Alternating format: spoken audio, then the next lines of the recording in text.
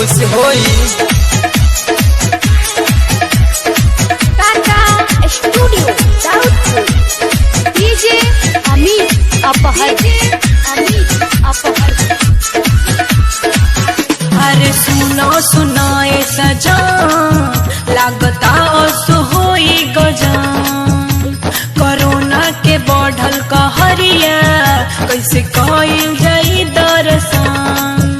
अरे सुनो सुनो ए सजान लागता ओसो होई गजान। कोरोना के बढ़ल कहरिया कैसे कइल जाई दर्शन। जाता रू दर्शन करे धानी आस लगा के जा। जाता रू दर्शन करे धानी आस लगा के जा। जाए से पहिले मंदिलवा माई के मुहावा पर मास्क लगा के जा।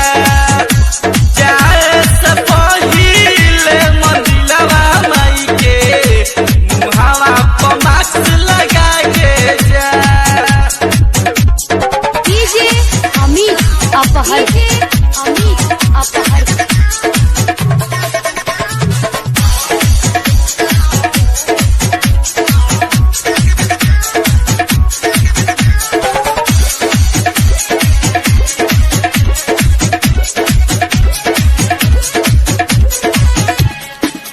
लॉकडाउन भइल बा सहरिया कुछो मिलत नहीं के हो।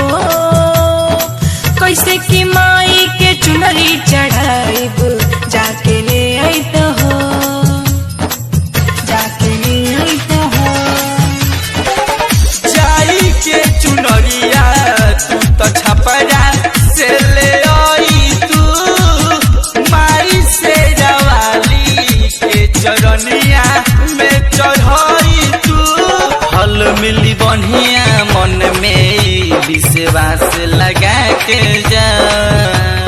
फल मिली बढ़िया मन में विश्वास लगा के जा। जाए से पहिले मंदिलवा माई के मुहावा पर मास्क लगा के जा। जाए से पहिले मंदिलवा माई के मुहावा पर मास्क लगा के जा। डीजे अमित अपहर।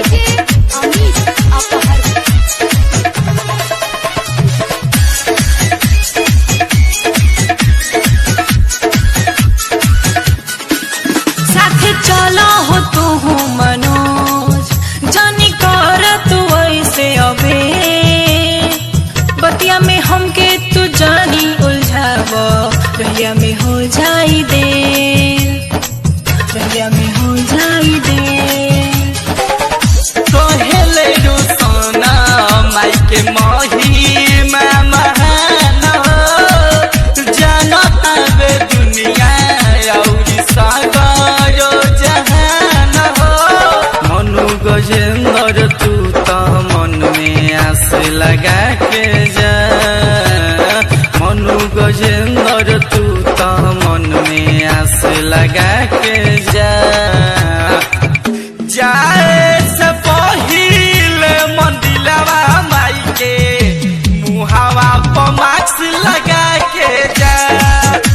जाए से पहिले मंदिलवा माई के मुहावा पर मास्क लगा डीजे के अमित जा। अपहर।